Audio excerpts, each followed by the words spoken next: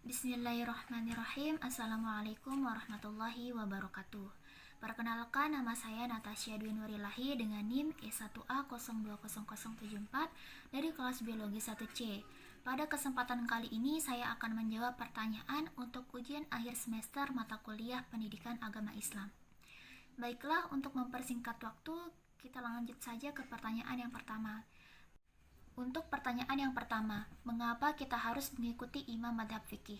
Menurut pendapat saya, alasan untuk kita mengikuti imam madhab fikih adalah karena kita tidak mempunyai kredibilitas untuk membuat suatu kesimpulan, manakala adanya peristiwa perkara hukum yang ketetapannya tidak tersurat dalam Al-Quran dan hadis.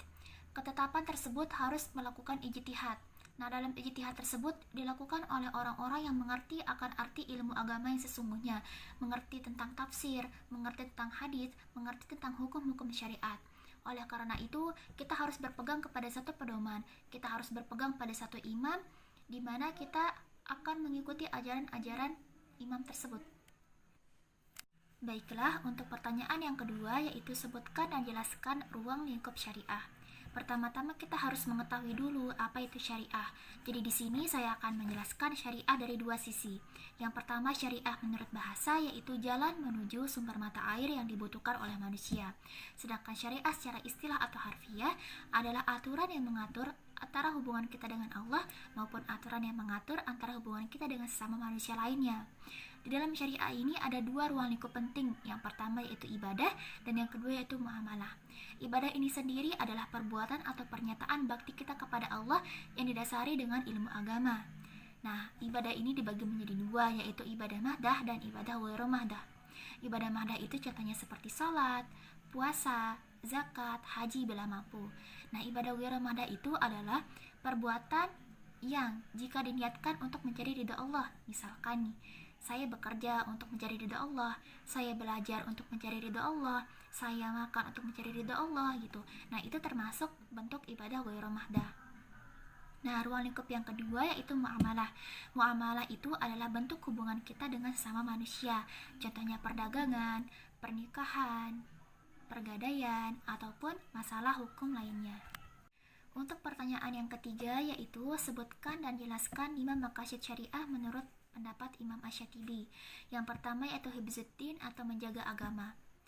Agama menjaga kita dengan syariat dan kita menjaga agama dengan cara kita menjalankan syariat itu. Jadi di sini ada hubungan timbal balik antara agama dengan kita. Dan yang kedua yaitu hifdzun nafs atau menjaga jiwa. Jadi di sini Islam melarang kita untuk membunuh satu sama lain. Islam melarang kita untuk membunuh tanpa alasan, tanpa sebab. Nah, jika kita melakukan pembunuhan itu, balasannya adalah neraka jahanam. Yang ketiga yaitu hifdzun akal. Hifdzun akal yaitu menjaga akal kita. Oleh karena itu, Islam melarang kita untuk meminum khamar, Islam melarang kita untuk meminum minuman keras, Islam melarang kita untuk mengkonsumsi narkoba, karena jika kita mengkonsumsi makanan dan minuman yang haram tadi itu, kita akan kehilangan akal. Nah, itu tidak diperbolehkan dalam agama. Yang keempat yaitu hifdzun mal. Kita harus menjaga harta kita. Kita tidak boleh mengambil harta orang lain, kita tidak boleh mengambil harta anak yatim. Nah, di sini kesimpulannya adalah untuk mencari harta kita harus melakukan dengan cara yang benar. Dan yang terakhir yaitu hifdzun nasab. Hifdzun nasab ini adalah menjaga keturunan. Oleh karena itu dalam Islam dilarang berzina. Karena apa? Karena jika seseorang itu sudah berzina, itu sama artinya dia sudah merusak keturunannya. Baiklah, untuk pertanyaan yang keempat adalah jelaskan 3 macam ukhuwah. Yang pertama yaitu ukhuwah Islamiyah adalah persaudaraan antara kita sesama umat muslim. Yang kedua yaitu ukhuwah wataniyah.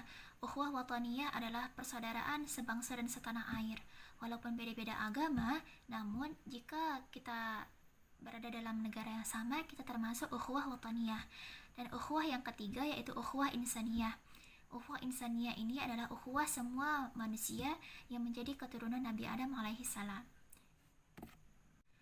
Baiklah, untuk pertanyaan yang kelima yaitu jelaskan pengertian makanan halal dan thayyib dan jelaskan pengertian subhan. Makanan halal dan thayyib adalah makanan yang kita konsumsi itu tidak dilarang oleh syariat. halal adalah makanan yang diperbolehkan, sedangkan thayyib atau baik adalah makanan yang apabila kita konsumsi kita dapat kebaikannya, seperti dari gizi yang terkandung dalam makanan tersebut atau nutrisi yang terkandung dalam makanan tersebut. Nah, kita sebagai umat Islam jika memakan suatu makanan jangan dilihat hanya dari halalnya saja, dilihat juga dari faedahnya atau dari apa yang terkandung dalam makanan tersebut baik atau tidaknya untuk tubuh kita. Nah, subhat itu sendiri, subhat secara bahasa berarti samar, serupa, dan tidak jelas. Nah, sedangkan subhat secara istilah berarti suatu hal yang hukumnya belum pasti halal atau haram. Demikian jawaban dari ujian akhir semester untuk mata kuliah Pendidikan Agama Islam. Jika masih banyak kekurangan dan kesalahan, saya mohon maaf. Terima kasih. Assalamualaikum warahmatullahi wabarakatuh.